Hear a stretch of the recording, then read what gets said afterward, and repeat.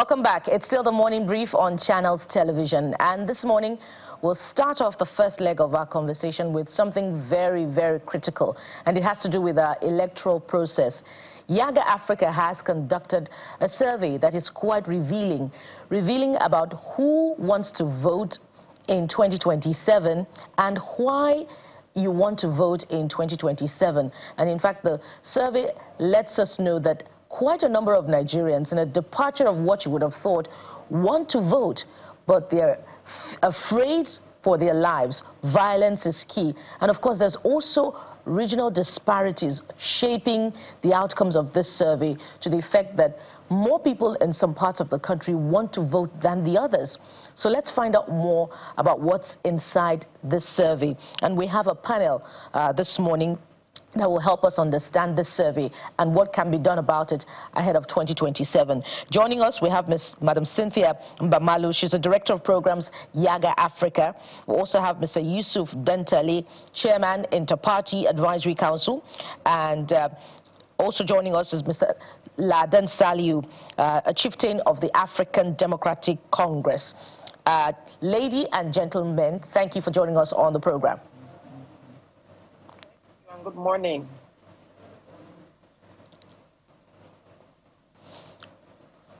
Okay, I'm told that we also have Mr. Ini Ememobong of the People's Democratic Party, the National Publicity Secretary of the People's Democratic Party. Gentlemen and lady, thank you for joining us. I don't think I've heard an acknowledgement yet. I hope all our devices are unmuted such that we can all hear. Okay, good morning. So I want to start with Ms. Mbamalu. Thank you for joining us on the program.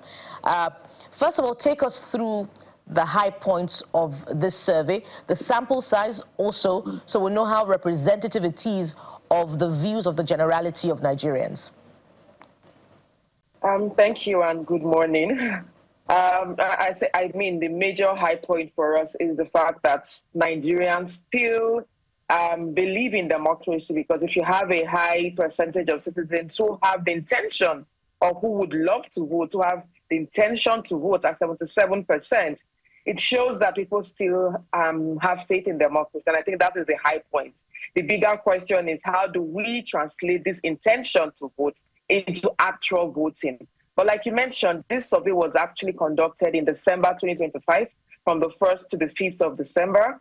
And we had a representative random sample size of 1,500 across the 36 states and the Federal Capital Territory. However, you know, as statistics implies, we have 95% confidence rate in our data and a margin of error of plus or minus 4.2%, which is less than 5%.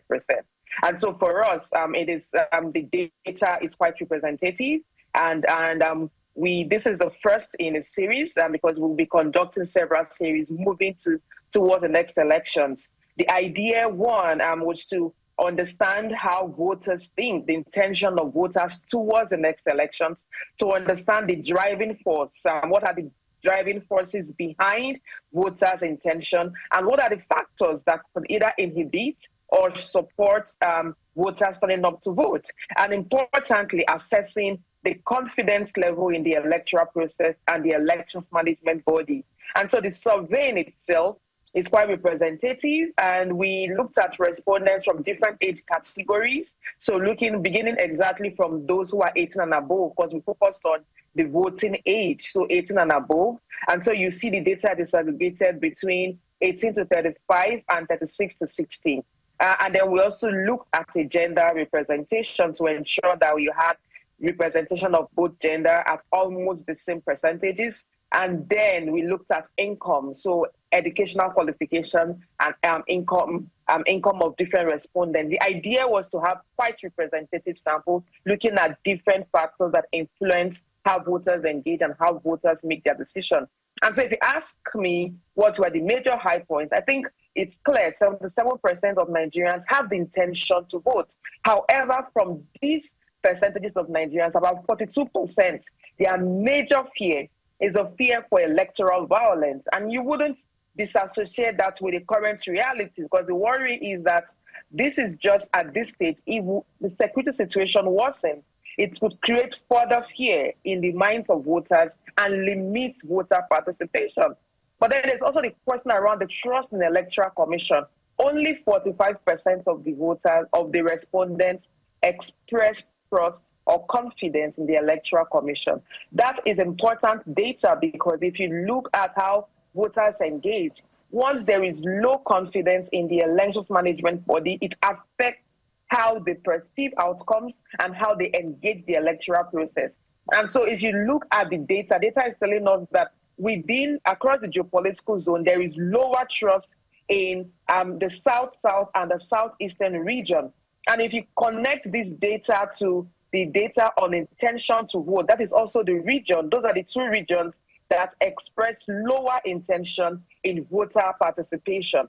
And so if I even want to go out of our data, if you look at the current CBR data by the Electoral Commission, the new registration of voters ongoing in the country, you would also notice that those two regions are the regions with the least percentages of voter registration. I think only Delta is the outlier in the South-South that has an increase in the number of voter registration. So if you connect the data from the survey with the current realities on how participation is going on, at least with the first process, which is the continuous voter registration, you can see some correlation. And the bigger question is, how do we address the challenges that this survey has highlighted towards the next election? And maybe my last point before I stop here is there are three important factors voters are interested in that would inspire their participation.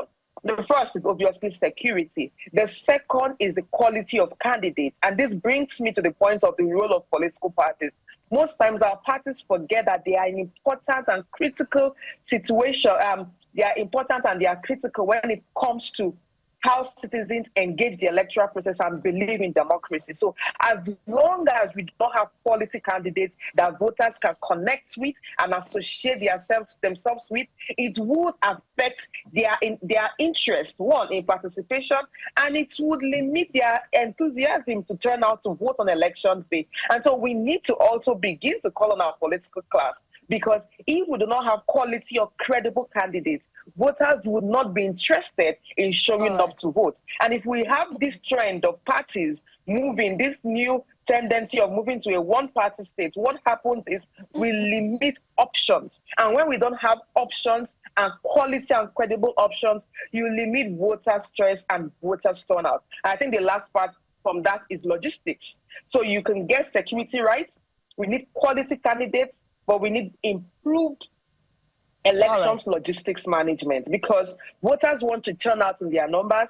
They want to come out and materials and personnel are present at the right time, and they want to see efficiency in how elections are administered. And I think this survey is quite insightful, it's very informative, and it gives us enough time to start planning towards the next elections. Because what is our elections if voters don't turn out? We spend billions on elections. Look at the budget for elections in the national budget for this year, because the planning is already ongoing. If you see the amount we spend on the elections, we must do everything to get the numbers to count so that our fund actually serves its purpose in administering credible and transparent elections in Nigeria. All right.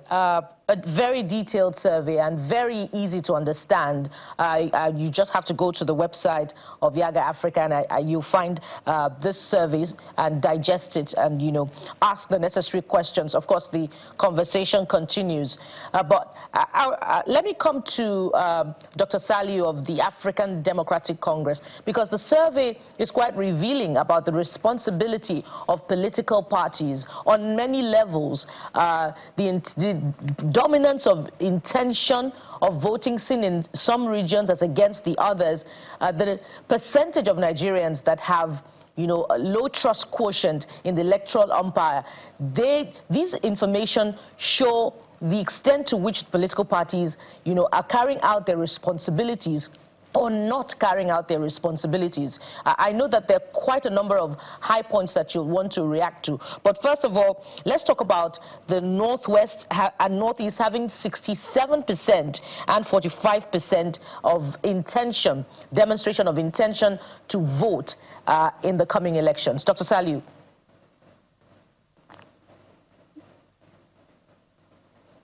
Dr. Saliu, that's for you. Did you hear me? Well, thank you so very much. First of all, let let me congratulate Yiaga, Africa. Yeah, I can hear you.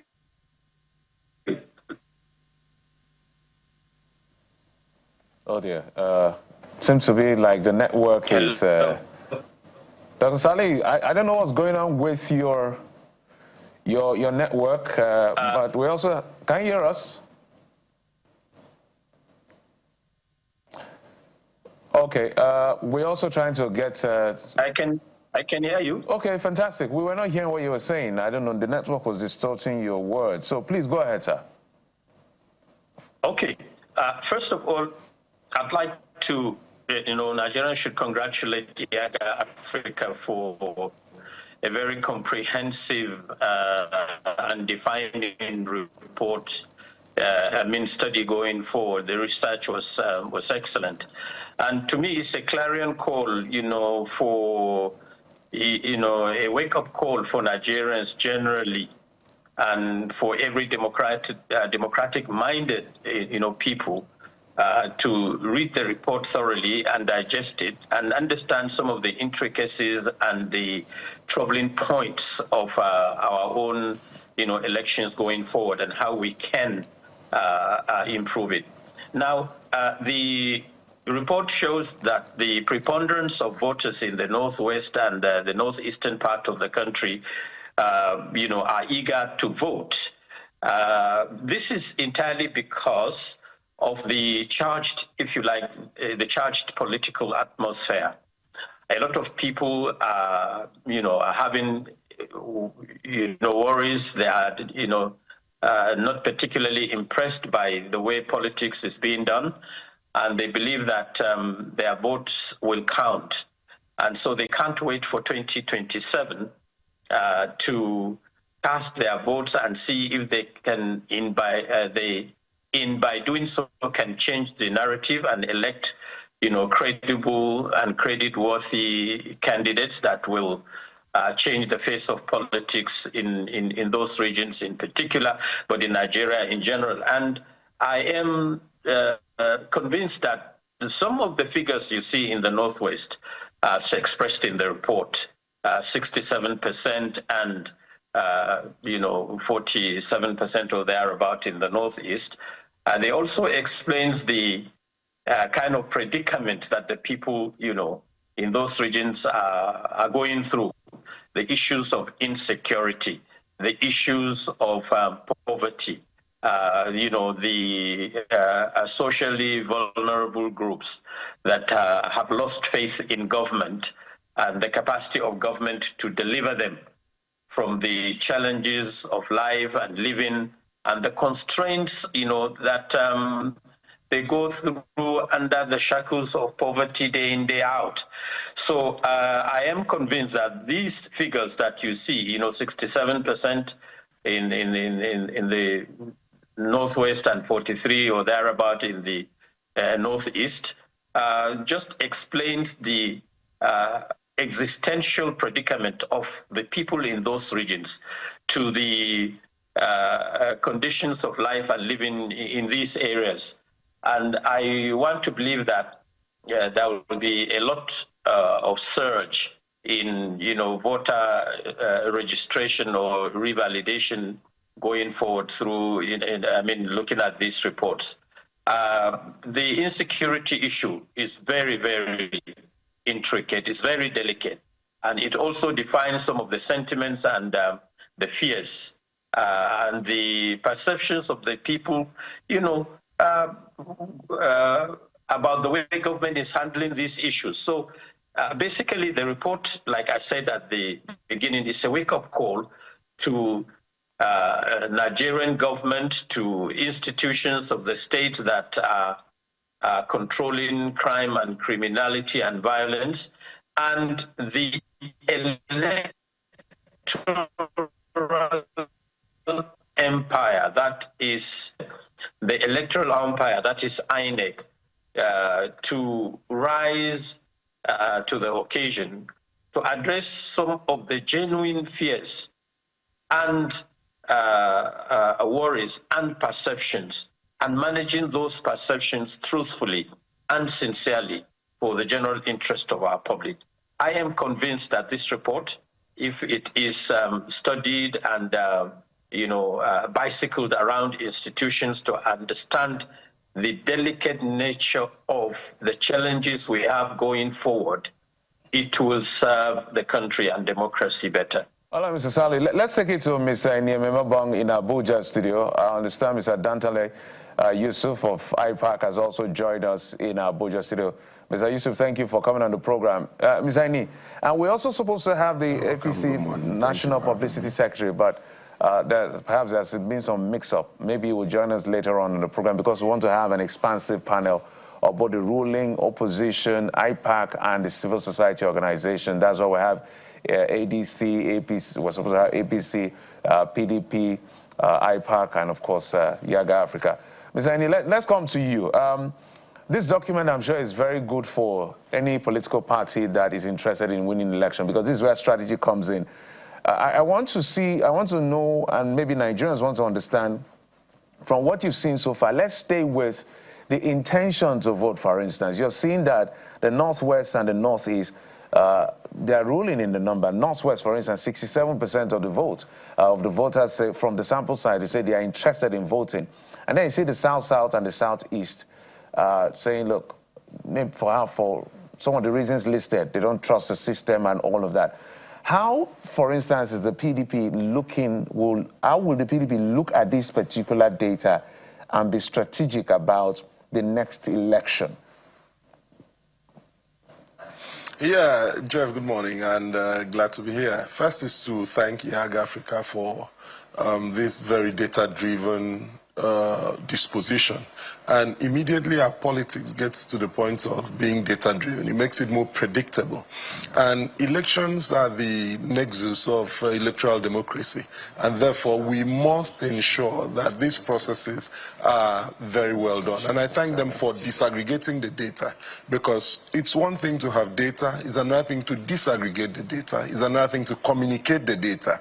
So, what that shows, like Doctor just said, is the fact that you have more people in the Northwest and Northeast, which are undoubtedly Nigeria's most troubled spots if you take away the North Central.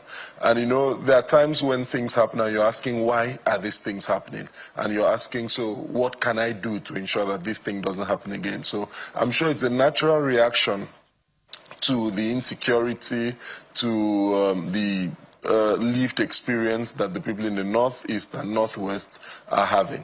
Now, when you get to the South-South and Southeast, you do know that, and you see that the trust quotient for the elections are very low, because you know the manner. And if you piggyback to even election results, you would see that the election results coming from the South-South and Southeast, particularly the Southeast, have always been very low. And it speaks to confidence, because immediately people think the most critical element in an election is the institutionalized uncertainty, meaning that irrespective of what the poll says, on the morning of elections, people who are contesting and those who are voting must not be too sure of who is going to win, meaning that even the person who is being pitched by polls and everyone, you know, must have some palpitations on the morning of election. That is why you would find that at the time when, if you check other democracies, the polls were saying when Hillary and Trump were contesting that, oh, Hillary was winning. But, I mean, you discover that up until when the election is announced, people, even the eventual winner, is still afraid. There's still some degree of palpitation. So when that is not so, when people can predetermine, you know, 3 months, 4 months to an election, the election becomes an event which is uneventful, meaning that it is just a date on the calendar. So people begin to lose interest in it. And so that is by my thinking, what is happening to the South, South, and Southeast. Because over time, you have seen where the outcomes are predictable. You can see that people are now disillusioned, and people are now saying, do our votes count? And that critical question takes you to where you have many people, the percentage differential between those who have an intention to vote and those who trust the electoral umpire. And incidentally, you cannot divorce the electoral umpire from the elections. And like Cynthia said, while it is still work in progress, the conversion of an intention to an actual act is a work in progress, and a lot of things may happen that may add to the 77% or may detract from it, which is why this information is very important. And when you take that to the fact that last election cycle, only less than 27% of registered voters voted, it means that there's a challenge. Yes, more people have intentions now to vote, and I like the fact that she took us through the processes of data acquisition that shows representation. I like the fact that the representation is a mirror, is a very near mirror representation of Nigeria's demographics in terms of population, gender, and the age. So what that speaks to is that if 27% of the people voted in the last election and a winner emerged with less than 40%, 37% about that, it shows the crisis that we are going through, meaning that 26 years into democracy, democratic consolidation has not taken root to the point where people trust the institutions. How won't that trust deficit be there when you're promised by the electoral umpire that, look, we have a back end, we have IREV, and at the point of going to court, you now discover that the electoral umpire disowns his own innovation. How would you trust a system that the card system in 2015 did not recognize most people, and in some parts of the country you saw that incident forms were used, other parts. So this is historical. It must not be taken just as a 2025 survey. It reflects historical anticipation, historical disappointments. So what does a political party like us take from this? This is information free of charge. And I must thank Yiaga Africa, because this is something that political parties pay a lot of money to do for themselves and are doing for themselves. But this Yiaga Africa data gives us another lens, because sometimes you pay people, and sometimes the agencies you pay tell you what you want to hear, so you just have confirmation bias. But coming from Yiaga Africa, with their dispassionate disposition, this gives us an opportunity to compare and contrast, to juxtapose the data we have with what is coming. And I can tell you that it is very strategic, and when put to use, will become very useful, not just to political parties. The elections in 2027 is not about a winner, it's about who wins Nigerians, the hearts of Nigerians, not just who wins the positions. Let's take it to Mr. Yusuf, who is seated by us, who is the chairman of IPAC. So you are the chairman of all the political parties here. But one thing seemed to be coming up, chairman of the chairman, I think that's how I wanted to say it. One thing keeps coming up, that is and I'm interested in this particular data that has to do with trust in INEC, which according to Yiaga is a bit fragile, or significantly fragile if you will, because if 65% do not trust INEC, that is a big problem. Oh, is it 65 now? I want to be sure, 55, it should be 55. 45 have confidence, that means 55 don't have confidence, if my math is right. And if you go to the South, South, and Southeast, that number is heavily represented. So for you, let's begin to talk about what the leadership of INEC needs to start doing. I know we have not gotten to recommendations, so first I will ask for your own characterization of this report, and then straight to the issue of what the current leadership of INEC, because having a fresh leadership should bring fresh confidence. But this data that was just done in December looks like leadership hasn't changed anything so much as far as INEC is concerned. Thank you. Good morning once again. And I will start by thanking and congratulating or commending the Yiaga Africa for championing this noble cause of pathfinding to our electoral credibility and inclusion. And to congratulate Nigerians to at least who have endured 26 years of democratic practice, and I believe we will be better in as much as we are not where we want to be, but we are not where we used to be. Is it talking about credibility? We must look at this thing from the foundation of the issue. We have two distinct institutions or agencies responsible for the conduct of election in this country, recognized or set up by the Constitution. We have the Independent National Electoral Commission and the State Independent Electoral Commission. In most cases, the average Nigerian doesn't really know the difference between this SIEC and INEC. But we are on our own and trying to, as much as possible, to create this awareness. Let me go back first. One of the things IPAC have been doing since my leadership came up is we try to look at election or democracy from the foundation. Local government is the government that is closest to the people. And then the election conducted by SIEC is nothing compared to election, okay? Then if you look at the elections conducted by INEC, people buy votes, politicians buy votes, even though vote buying is an aberration. We vehemently reject it, we do not welcome it. But what does that indicate? It means there is value in the elections conducted by INEC.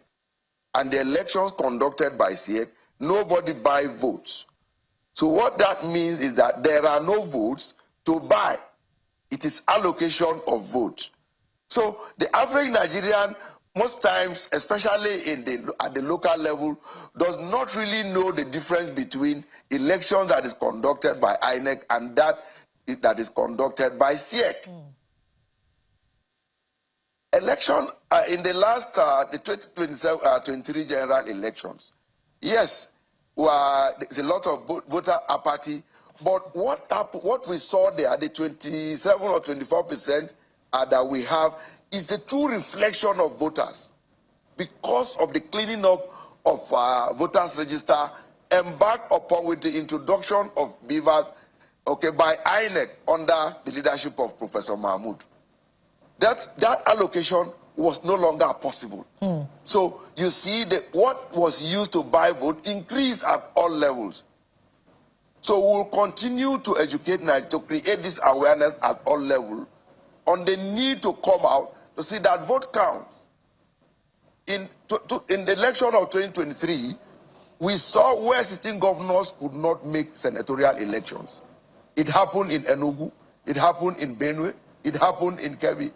We saw Peter Obi came, who had no councillor anywhere, who had no House of Assembly members anywhere. But look at the performance of Peter Obi. That tells you that votes count. So what we should be doing is to encourage Nigerians to have more confidence in the system. Yet INEC is not perfect. There are bad elements in INEC, but that doesn't mean all what is done in INEC is not good. So we have also been urging INEC to fish out the bad elements in INEC and get them prosecuted. Even the security agencies, we must learn to begin to prosecute members of the judiciary, members of the security agency, members of INEC who are found wanting in some of these anomalies in the electoral process, but also urging the National Assembly to look into the recommendations or the proposals made by all stakeholders in respect of the Constitution and the Electoral Act amendment. Because so many recommendations that are wonderful recommendations made by Nigerians, but IPAC in particular, some of our recommendation is the scrapping of SIEC so that INEC conduct all elections and elections at all levels. If INEC conduct election, look at the elections, area council election conducted by INEC in the FCT. no political party takes it all. But for all the elections conducted at the state by SEC, the sitting governor of that state will determine who becomes what. So there's no contest. So this have to change. And this is largely responsible for some of the socioeconomic ills that was in the country in general.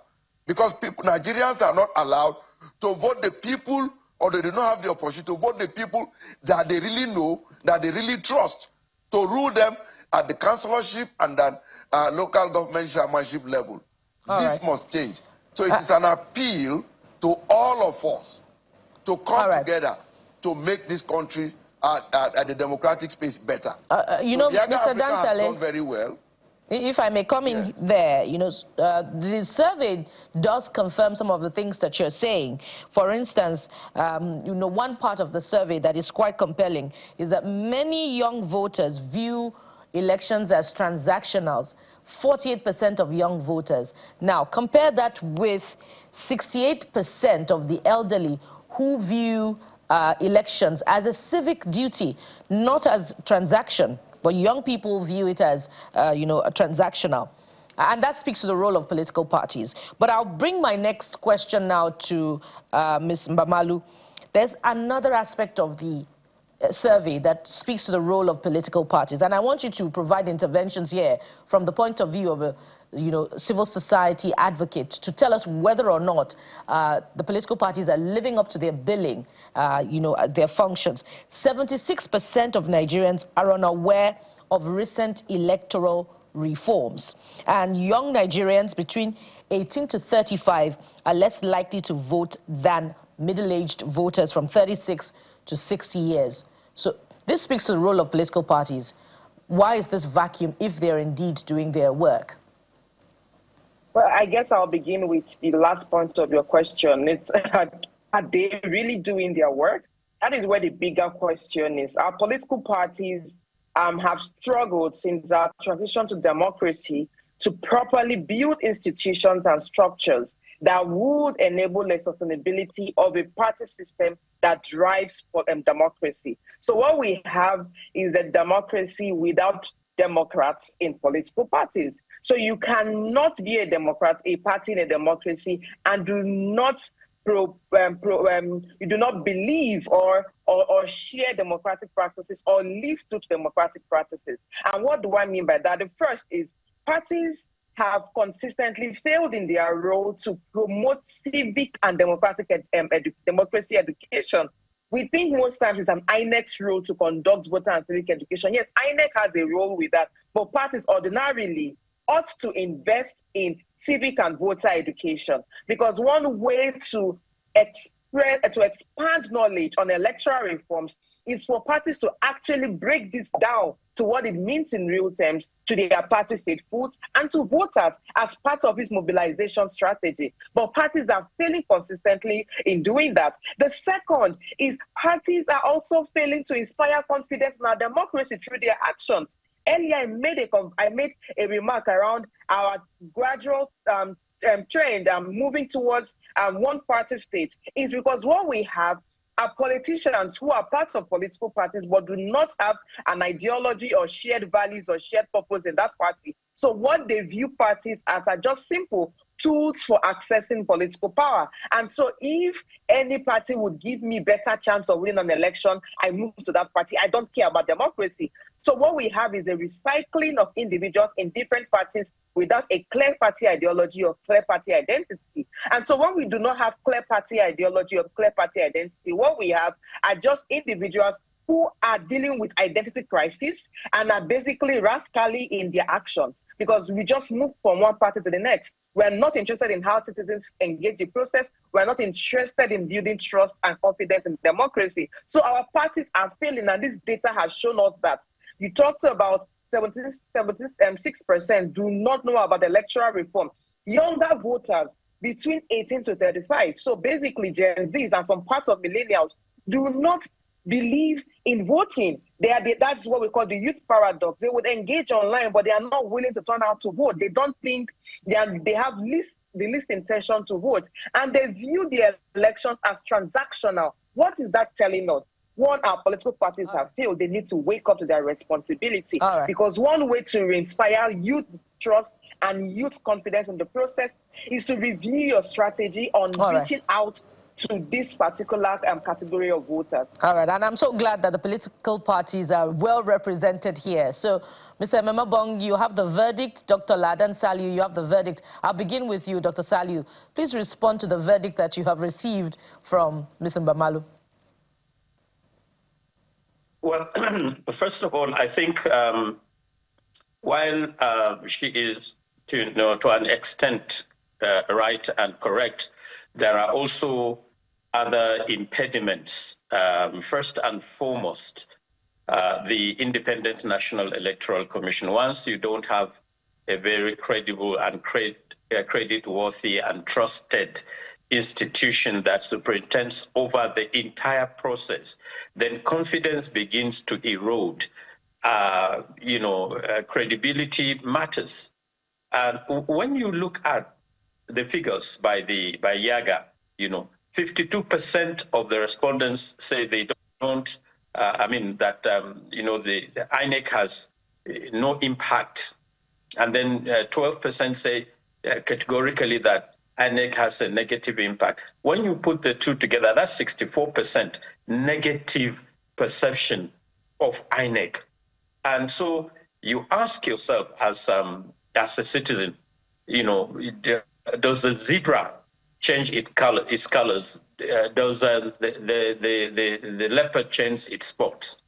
And I think these are some of the issues. I don't necessarily believe that you should pile all the negativities on political parties. Yes, we have a role to play, but that is the role we must play in terms of upgrading political culture and socialization and engaging the public to understand their own rights, responsibilities, and duties to the state during campaign and elections.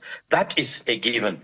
But the core aspect of voter education and cleaning up the process to building confidence into Nigerians to believe that the system can be there to be trusted and to work for them is in the hands of the institutions. One of them, most important, is INEC.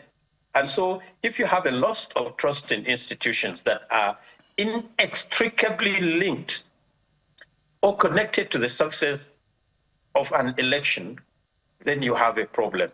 And so my own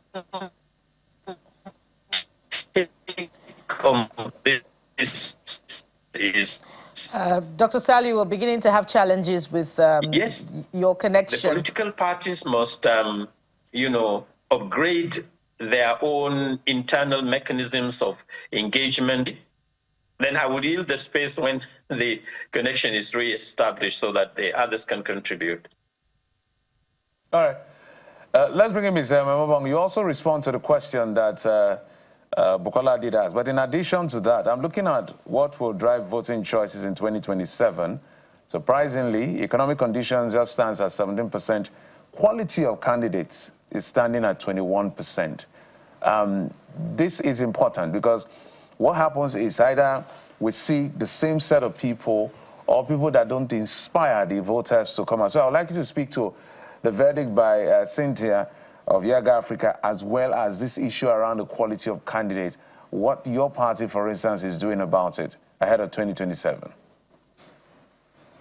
Yeah, absolutely. The reflection of politicians, their behavior, while in political parties, is symptomatic of what is happening outside, because we are a mere microcosm of the larger society. It is centered around politics without principles. It's centered about the loss, the erosion of values, general values in society.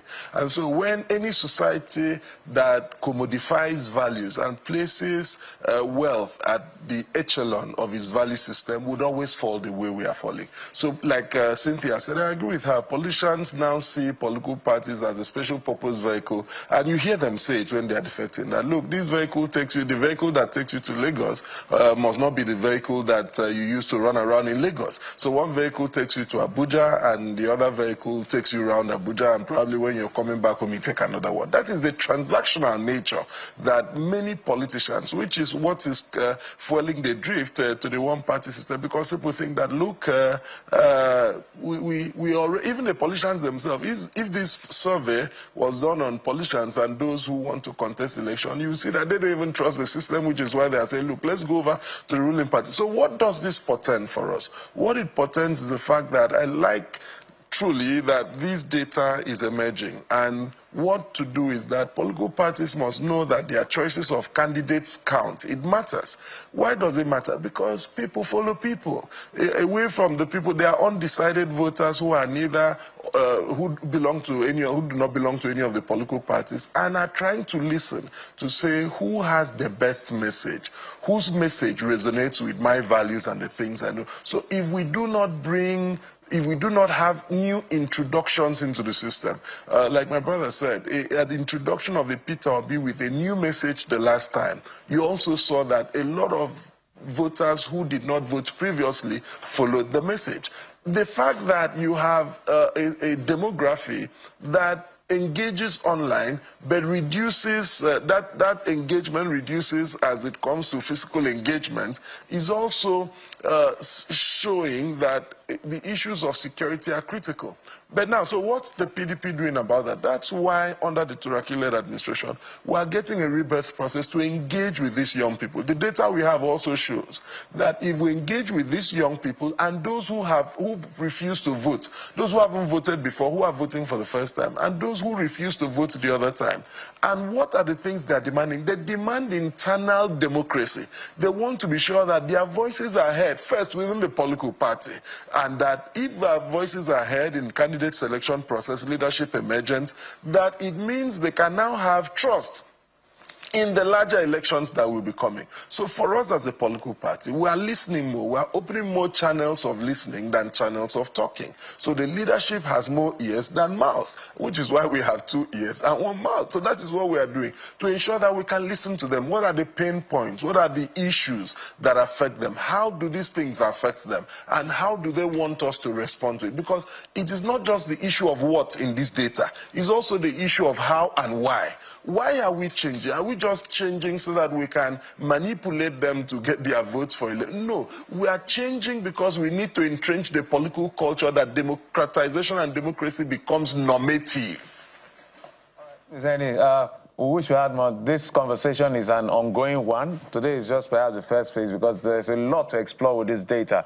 Let's come to Mr. Yusuf, and there's a slide I want to show you from Yiaga. This is their submission, and Bukola's words might be verdict. What will increase turnout in 2027? And when they asked the people, they carried out a survey with the 67% of them say if they see better security, they will show up. 43% say more credible candidates, they will show up. 35% say improve INEC logistics. So if you fix these three, Nigerians will show up. Do you agree? Mr. Yusuf, that's for you. Before I talk on this, I will still want to add lend my voice to the earlier discussions on the perception of younger Nigerians seeing politics as transactional. These things, we have to tie them together. You have to solve a problem from the root of that problem. I have said this several times, and IPAC have been saying this several times. You see, you don't make, if the moment you condition a system to be transactional, there is no way you will stop the individual from being transactional. The political parties are supposed to be public institutions, not individual institutions. So if they are public institutions, they are supposed to be funded by the public, by the system, by the government. This is what was tenable. But here today, the National Assembly in the past have withdrawn the subvention given to political parties. Now political parties are left to figure out how to run their activities. So what will that take us to? It will now take us to who have the deeper pocket to take over the financial affairs of the party. And by extension, who pays the piper dictate the tune of the music. So it is, you have indirectly handed over the parties to those who have the money to run. And for whoever run it will determine who becomes what at the party. So that determines the quality of candidacy.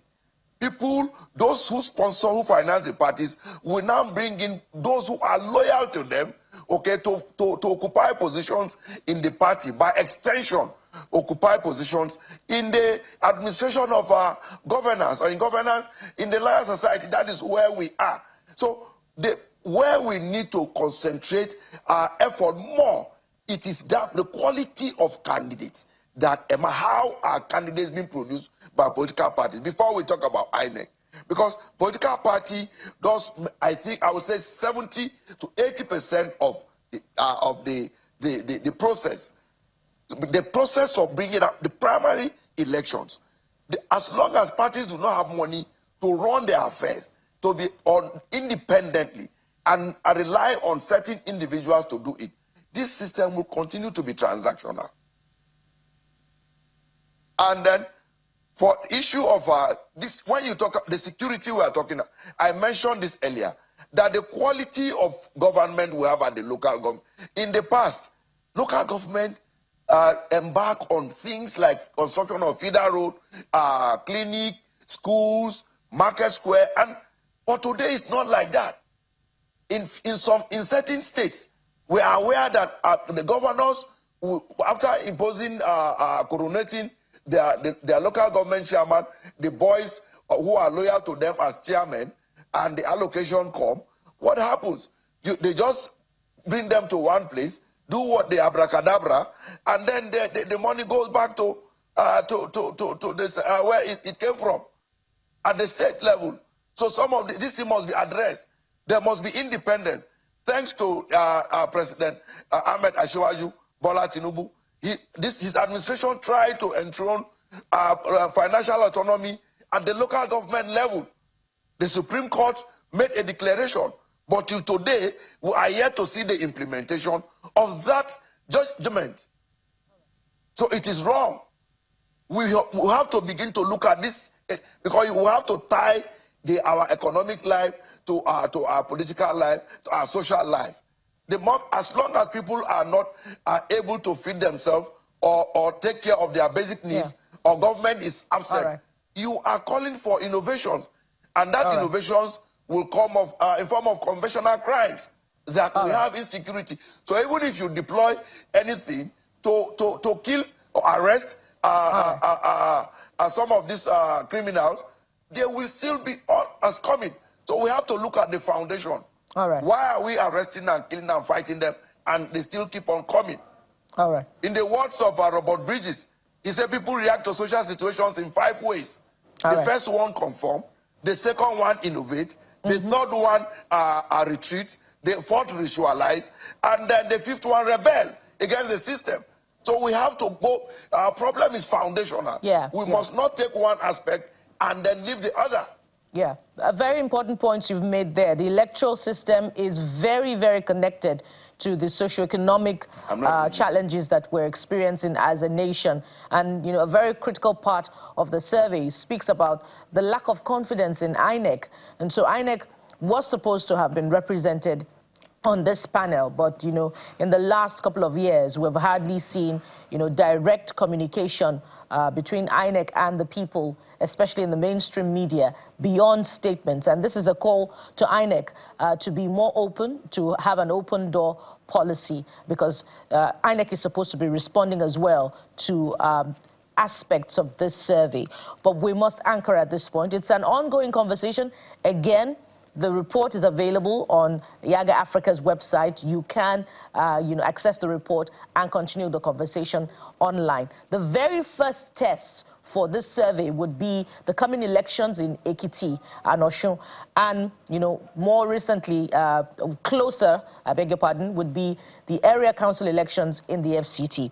We must thank you very much, lady and gentlemen, for coming on the program. We've been talking with the program's director of Yiaga Africa, Cynthia Mbamalu, We've also had Mr. Eni Ememebong, who is the National Publicity Secretary of the People's Democratic Party, PDP, joining us on this segment. Thank you very much, sir. And we've also had Mr. Yusuf Dantale of the Independent Party Advisory Council joining us on this program. And not forgetting Dr. Ladan Saliu of the African Democratic Congress and former Director General of the Federal Radio Corporation of Nigeria, FRCN. Thank you so much, gentlemen and lady, for coming on the program. Thank you. Thank you. Thank you. All right, we'll pause for a moment now. When we return, we'll head to Rivers, well, for a conversation, not physically, on the state of the impeachment process, especially following that letter by the Chief Judge of Rivers State to the State Assembly. So stay with us for this next one. We'll be right back.